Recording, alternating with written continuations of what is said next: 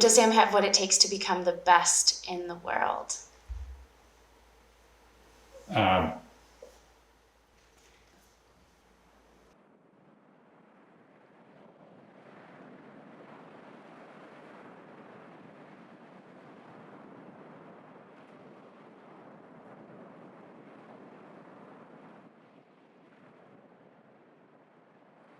Talk to me about the Sam Long of early 2019. Oh boy, the Sam of 2019 feels like longer ago than it was, to be honest, but I was incredibly hungry to prove myself. In college it was study and train, or train and study, but I think actually the studying might have come first then, and then the training came second. And I just moved out of my parents' basement. I'm 26 years old. I lived with them, all the way through college, just training my absolute ass off to be good and going to bed early and eating healthy and just doing everything I could possibly do. And a lot of it was out of necessity. So I made a deal with my dad when I graduated college, and I said, we basically said I have till 25 to prove I can make a living, to make a valuable livelihood and a career out of triathlon. And so I took that seriously, and I just think that hunger shone, and I was edgy and I was willing to do anything. When I was 19 and 20, I had absolutely nobody supporting me other than my parents and myself. They let me their car, and I was driving to the races, and I was sleeping in the back of an F-150. In 2018, I would have been 23 years old, and I raced 5 Ironmans. Oh, Sebastian Kienle has always been just the man. And I've got this video, but I went to Kona in 2015. I was 20 years old on the dot. I was 20 years old. I went there right as we're driving in. Sebastian, he's got his long hair. He was running on the Queen K.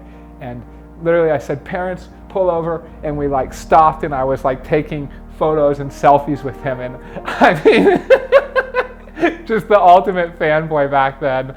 And of course, it's hard not to look up to Jan, especially he's kind of got the same body type as me. So to see a tall, lean athlete succeed in that, and Jan's success story came later in life. He didn't start winning till he was 26, and then just really dominating. So I'm kind of hoping for a similar trajectory. And it was definitely Sebi and Jan and Lionel who set the example of what to do. The general opinion was that I was a clown. So I had to prove, obviously, to the whole outstanding triathlon world that I was the real deal. And then I hear from pretty much everyone who's more established, hey, I'm doing everything wrong, but I have such a belief in myself that I know I'm going to keep doing what I believe is right, even if other people tell me it's wrong.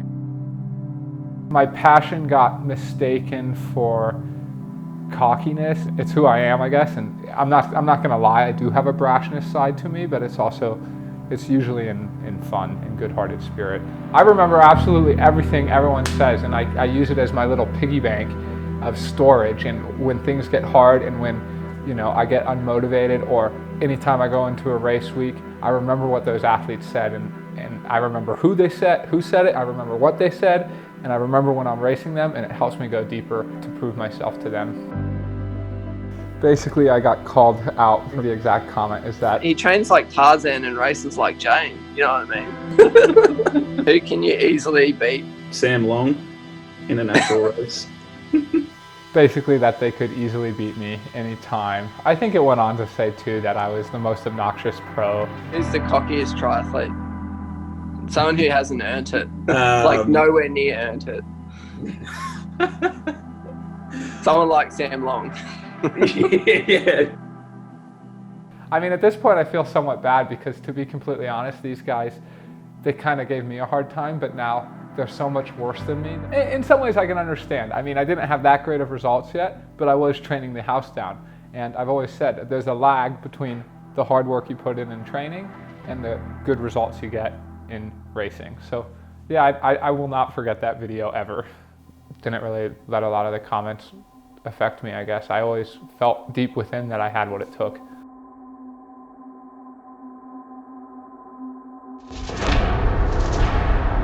If I want to be in the sport, if I wanted to have a career, I better work harder than I've ever worked before. And when the races picked up, I was more ready than ever. I was more hungry than ever. I was thinking about the sacrifices I had made, and I was ready to prove it.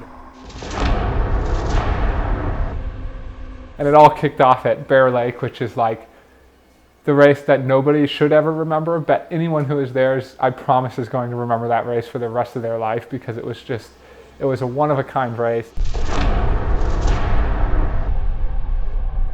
I camped out again, so I went back to my roots. I had to camp out. I mean, a lot of us had to camp out. There was nothing around. Everyone, all of the Americans were saying going into that, we're going to shut him up, we're going to shut him up, blah, blah, blah, blah, blah. And Sam Long's going to beat us by about a lap and a half. I'm going to do everything in my power to make sure that it doesn't pan out for him the way that he hopes. Yeah, I've raced Sam a number of times. He's got a lot of talent. Yeah, Sam and I have raced a few times. It's great for people to talk online. You're looking at the strongest legs in triathlon. Bring it on, fellas. And I woke up and I saw that this video was posted, and it was basically put together of all the comments everyone had said, and then it was me saying like, yo, yo, yo, you're looking at the strongest legs in triathlon. Race morning, I'm ready to fire. It's me versus everybody else, baby, and that's exactly how I like it. I was like, this is it. If I don't prove it, I'm done. Like, my career might as well be over because I'll never come back from it.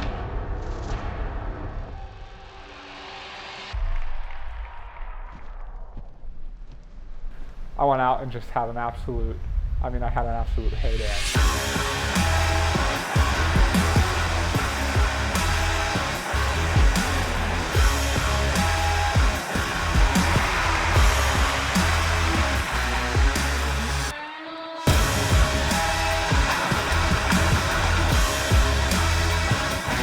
You know what this is fueled by?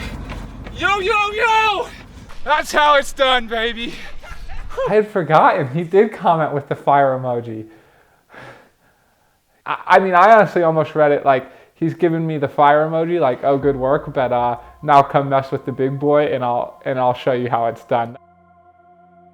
Can you talk me through some of the beef that came about with you and Lionel in the early days? Yeah, so Lionel and me, I actually believe Lionel started the whole thing. Okay, so I remember I was sitting here in Tucson. COVID had just hit. All the races had gotten canceled. I had gone up to Mount Lemmon. I was kind of riding, and I had gotten this one segment, and I had kind of commented, oh, got this one segment. I got a direct message, and it basically said, like, you will never be as good as the quote-unquote lion. The lion will be. And I'm like, what? Since when is his nickname the Lion? The main goal is to race, and the main goal is to beat Lionel Sanders in a race. I don't need to watch this. I'm not going to rewatch this. Me doesn't want to race someone? Would love nothing more, especially with all this bullshit comments. Because I put these to bed in 2 seconds. You can trust me on that. Anyone who knows me knows that these comments are asinine in every aspect of the word. And then he did a YouTube video, and he said something like, he put me up on the YouTube, and it said, oh, well, Sam got this segment, but that's only one small portion of the segment. You should go after the whole thing. But then immediately Sam goes on to Instagram or whatever and says, oh, sorry about your luck, you missed it by 5 seconds. And it's some stupid KO, in my opinion. It's not like anyone who's here knows that the KOM doesn't start at a stop sign 1 mile before Mount Lemmon, but that's my opinion. So anyways, you poke the animal gets pissed off, and so here I am pissed off, and I'm gonna take that one from the stupid stop sign 1 mile before as well. I was sitting there literally feeling sorry for myself, and I was like, I'm going out the door right now and going after the segment he had shown. Went after my first real attempt on Mount Lemmon today, and I'm off of Lionel by just 20 seconds, and I beat Phil. So I got a message for you guys. Lionel, I'm not stopping till I get you. I'm not leaving Tucson till then. It was actually my second ride for the day, but I was fueled by rage, and I went and I got it. And then I said, hey, I put on there, hey, Lionel, got this segment you called me out on. And then he said, that's still only half the mountain. You got to get the whole thing. And then, lo and behold, the battle was born. Yeah, so I think all of a sudden it started to feel like, okay, I've got some momentum at my back. The next 2 months after Cozumel were a very interesting time because Daytona was coming up. A little bit higher, and then just give that a clap. It's pretty cool coming here to Daytona and having this world-class field assembled. I want to be the fastest. I want to break all the records. I want to be the best.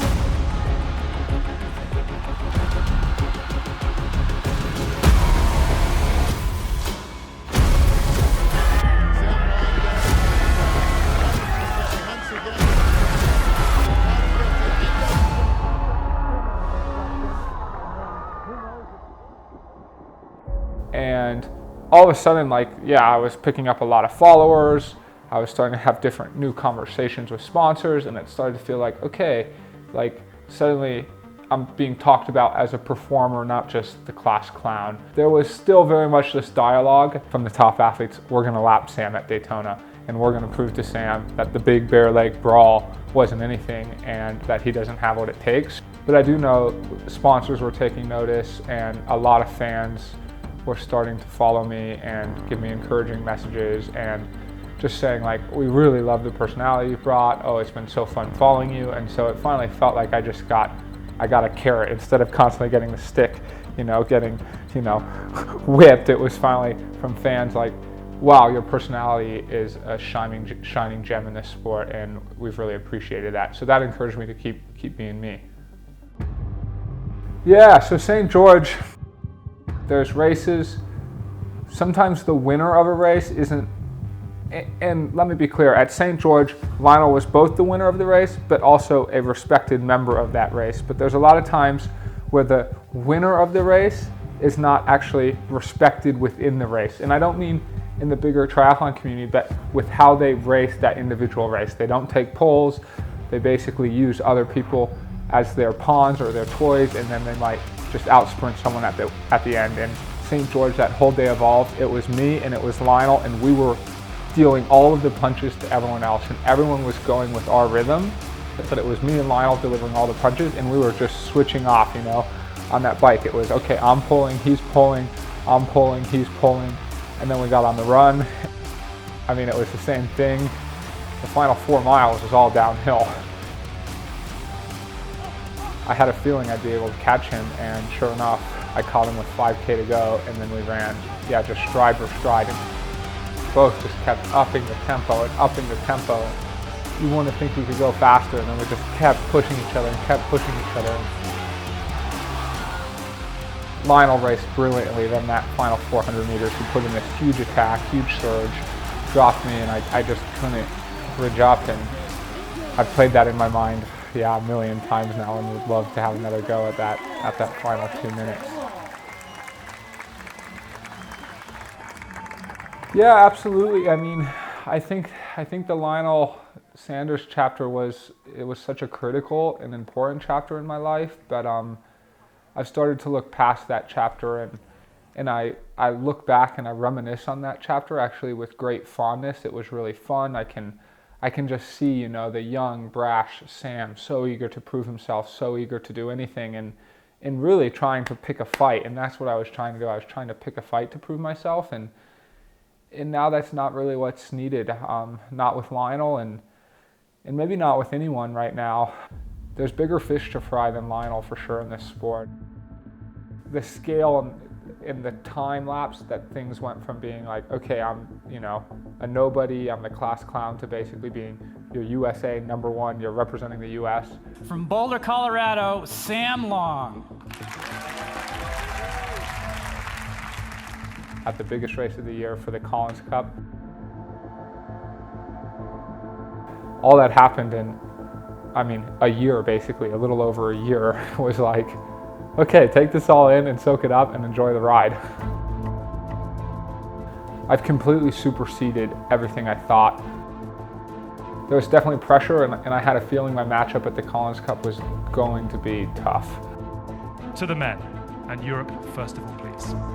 Jan, please, you're the first guy. Another strong start as Jan Frodeno comes to the stage. We have chosen to go up against Jan Frodeno, the strongest legs in the sport. Yo, yo, yo, Sam Long. It's juicy. It's very, very juicy.